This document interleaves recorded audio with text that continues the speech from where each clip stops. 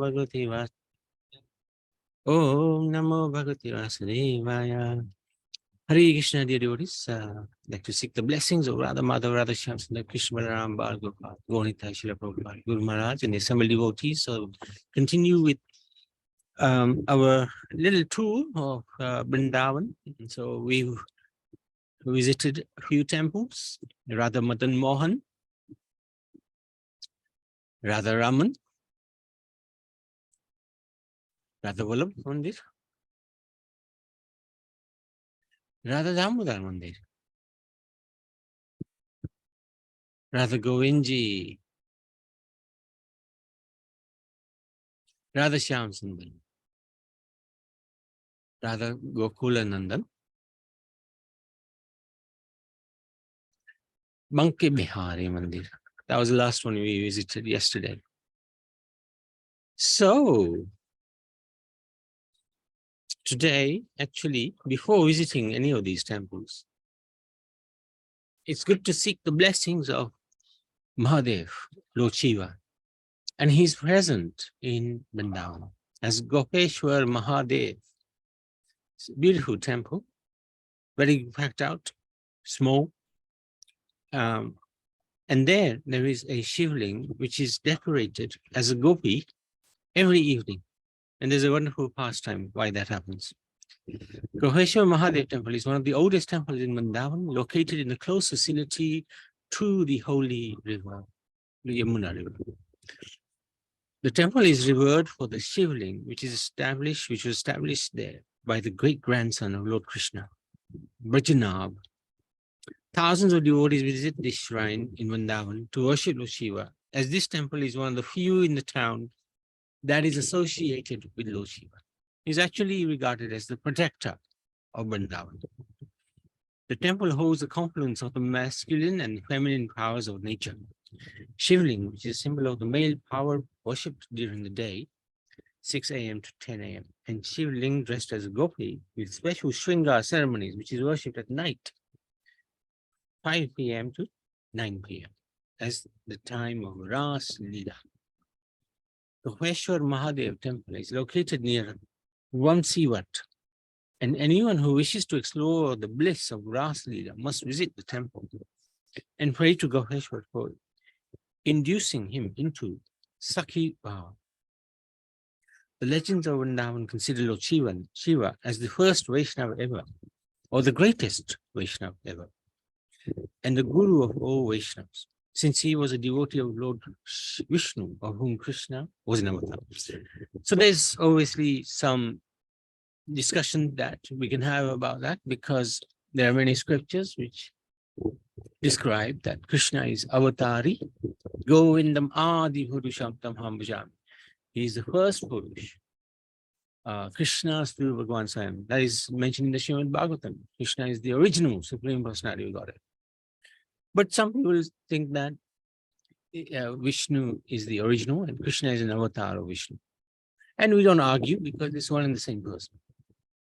But the scriptures are a little different, explaining it a little different.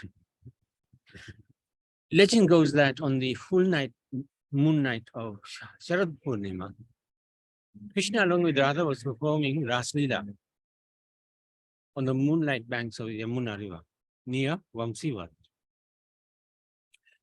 where Lord Shiva, along with his wife Parvati, arrived there to take part in the same. Goddess Parvati was allowed to enter there, but Lord Shiva was restricted from it because males were not supposed to take part in it. The only male is Krishna. So he was stopped on the outskirts of Vrindavan by Vrinda Devi.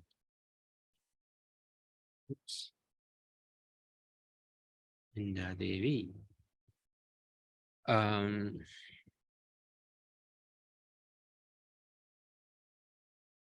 Who told him that the reason for restricting him to enter is a lack of sakhiva, i.e., the mood of the gopis is not there because he's got the masculine form, male form.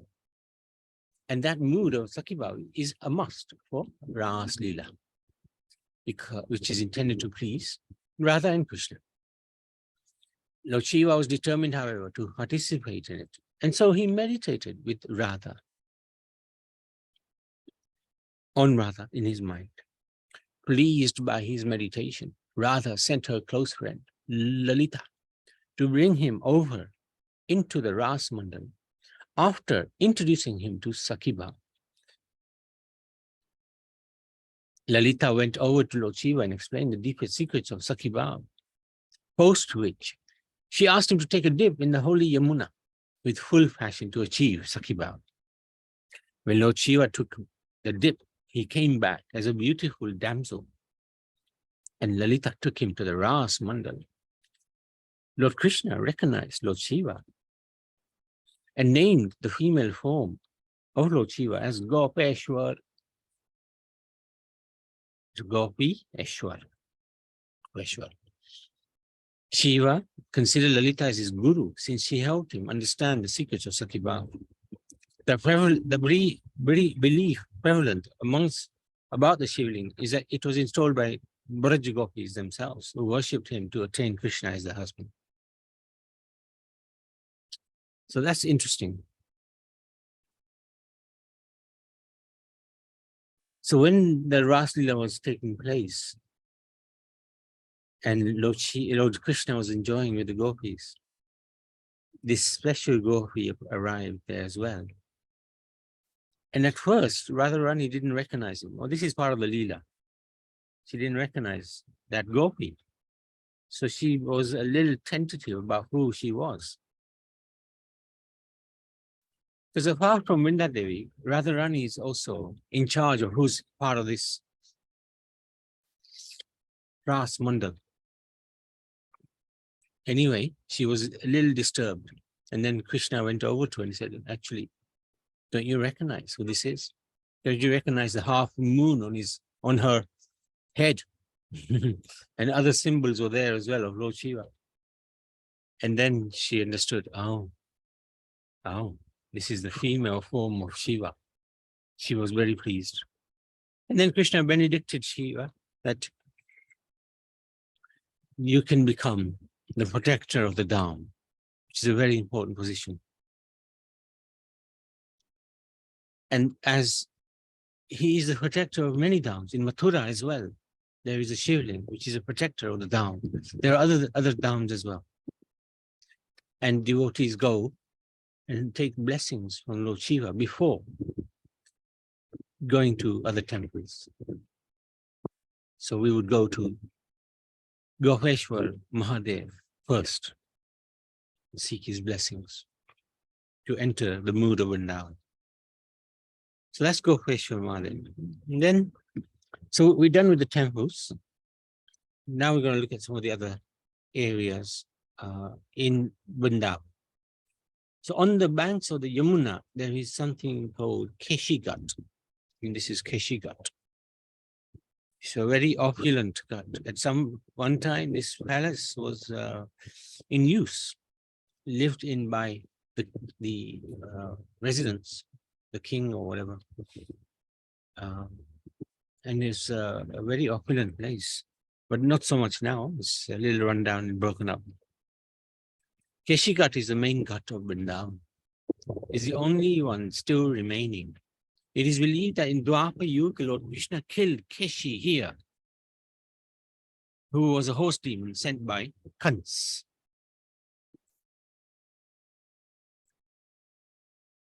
And after killing the demon, Krishna also began to be known as Keshav, the destroyer of Keshav. And when the gopis would hear the name Keshav, they would cry.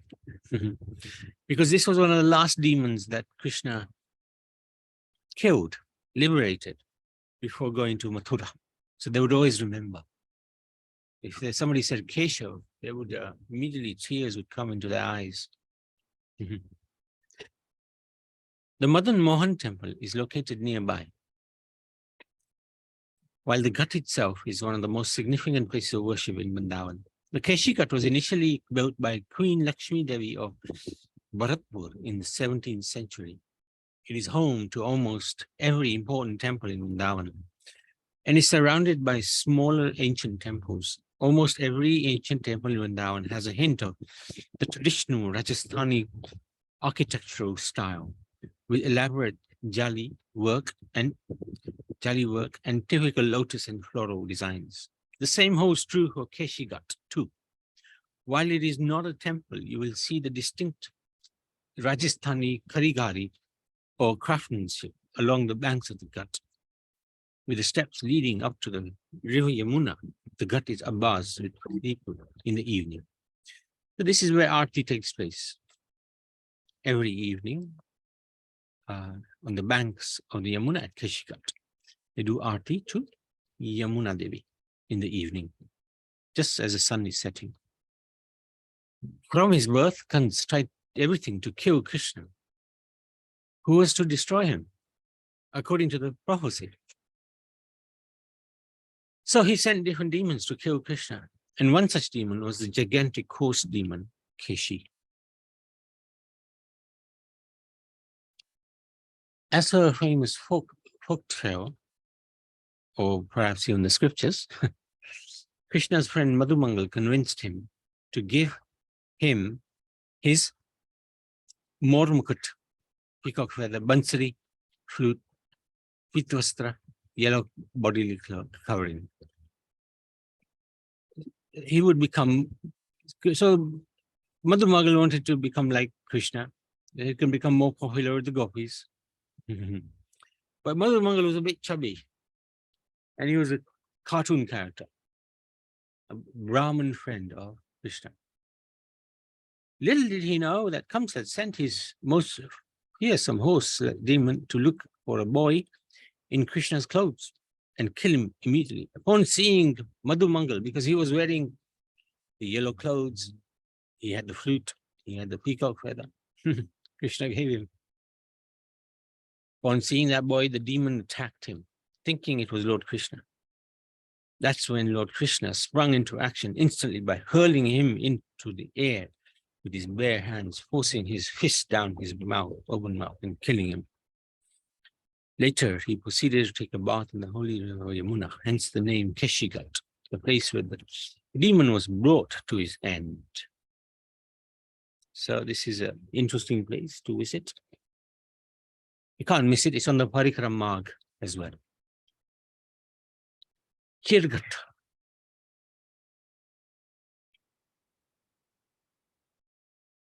Keshigat is one of the holiest ghats, a series of steps leading down to a water body on the banks of the river Yamuna. This is the place where the famous pastime of baby Krishna stealing the clothes of the gopis of Vrindavan took place. This place was earlier just on the banks of the river Yamuna, but over the years, as the Yamuna has changed its course, now Keshigat stands at some distance on the Yamuna. There is an ancient Kadamba tree at this place, which is still existing since the time of Krishna. Devotees of Vrindavan still worship this tree and even make offerings to this tree. It's also said in the Vedas that Sri Krishna rarely goes to the samadhis of the Parahamsas, but here in Braj, he's stealing the clothes of the gopis. That's why the Brajras, or bliss of Braj, is highest amongst all, i.e. amongst Sakat Lok, Vaikuntha Lok, etc. As Krishna himself states in the Bhagavad Gita, Ye yatha mam bhavadente tans tathaiva vajam yam.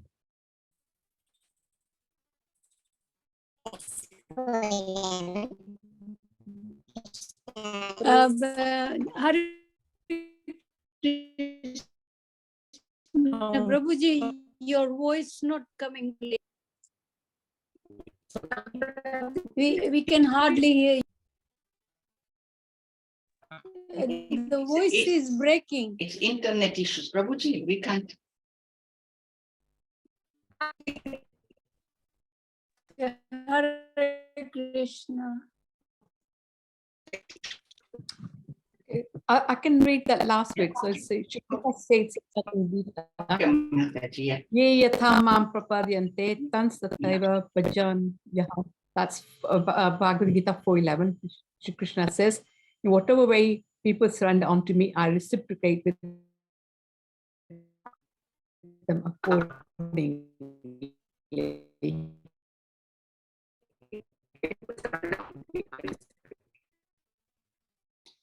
Um,